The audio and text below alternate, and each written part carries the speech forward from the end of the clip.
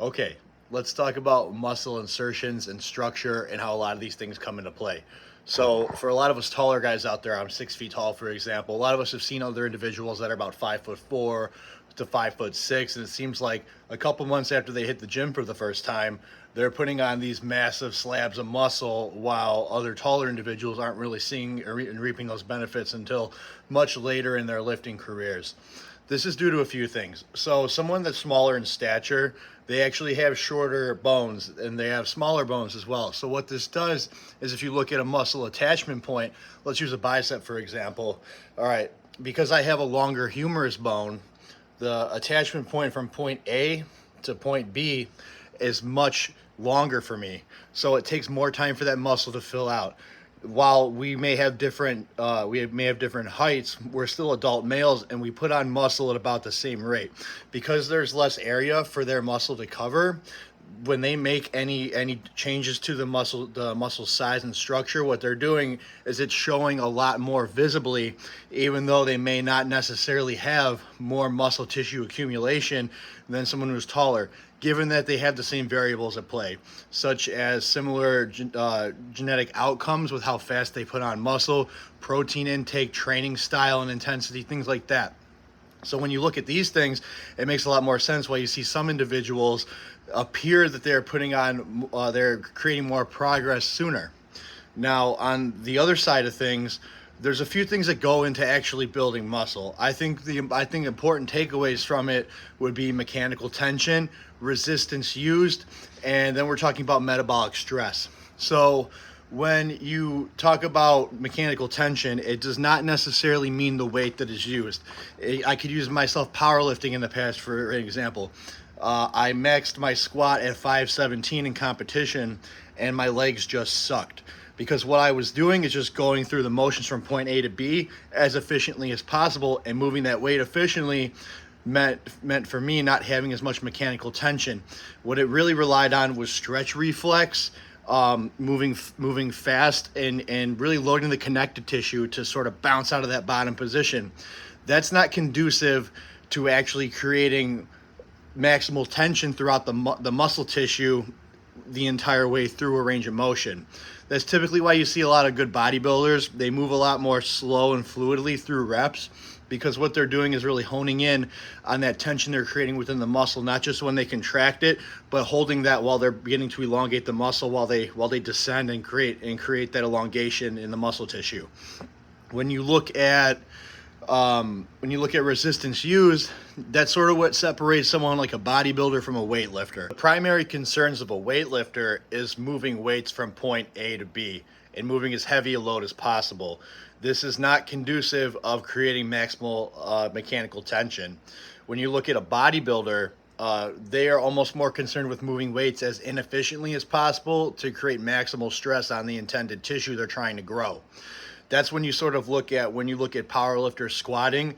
Typically they squat the most weight using a low bar style squat, where the bar is actually further down on their rear delts, because the bar path then is lined up completely over the midfoot.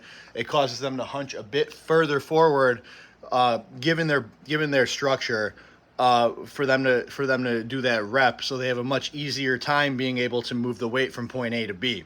That's not to say that powerlifting is easy when they're moving 800 pounds. It's to say that they're moving as efficiently as possible to load as much possible weight as they can, which a lot of people confuse that with creating as much mechanical tension as possible. That is simply not the case. So a bodybuilder's main concern is with almost moving as inefficiently as possible to stretch out the intended tissues and elongate them and contract them as efficiently as they can, or I should say as inefficiently as they can, to be able to create the most mechanical tension, but also the most metabolic stress on the tissue to create growth.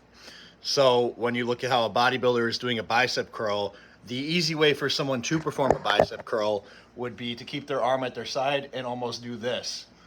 That's where you see a lot of drag curl variations, and it'll allow you to move a lot of weight. However, you're not able to fully elongate the bicep tissue by doing this with your arm. So what bodybuilders would do to make it inefficient but also stress the intended tissues out as maximally as they can is that they'll have more of a forward angle with their elbow and be able to really stretch that out as far as they can with resistance loaded on it, and then create a peak contraction. And that's what their primary concern is. By doing this and adding more resistance over time while still hitting that lift as inefficiently as possible to grow that tissue, they end up causing adaptation, which allows them to grow. Now, when you look at the metabolic stress component to it, that's kind of just fatiguing out the body to a point of failure, or maybe not necessarily going all the way to failure, but creating enough stress that the body needs to start adapting to move more and more weight. You're throwing so much resistance at it over time. You're moving heavier and heavier weights. Then now the body needs to adapt to accommodate this, and by adapting to that, now you're able to add more weight, and you're kind of keeping that body in a constant uncomfortability state for it to continually adapt over and over and over as you continue to grow. When you look at these things, they all kind of factor in to someone growing a really good physique. Now, when you look at like structure and things like that, for example, someone like myself, I have longer limbs, so I have longer arms altogether, and I'm taller. So what that means is it might not be conducive to an extremely heavy bench press, but when I go from point A to B with a flat barbell bench press, I have so much more distance for me to cover that I'm actually able to stretch that pec tissue out a lot further than someone with shorter limbs would be in a shorter stature. Because of that, I'm able to create even more elongation under stress and then propel that into a maximal contraction when I get to the peak of the movement. Due to that, it makes someone with a build similar to mine a lot easier to build muscles such as the chest and a back, where I have much more distance I can cover with my arms. Now, the downside to that is having these longer limbs can also be conducive of not being able to necessarily grow the muscles of the actual arm very well, because when I'm looking at something like a bench press or a barbell row, usually when you find in shorter individuals, they tend to have really developed biceps and triceps, but have trouble creating width in their back or volume in their chest. This is due to those shorter limbs, those shorter arms, taking up most of the stress and tension when they're doing these movements.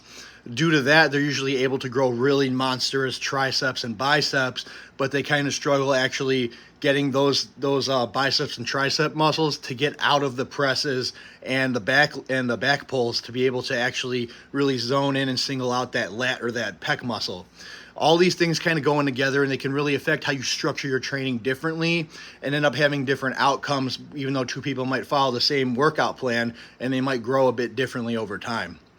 I could go into this more and more, but this is sort of just a little bit of insight into how these things sort of come and interplay with each other, and that's why you can have completely different physique outcomes with two individuals with similar structure to their diet, their training intensity, and all these things. But because of the different structures of their body, they can end up having different outcomes to how their physique actually looks and which muscles adapt more than others over time. Thank you for watching. There will be more of this later.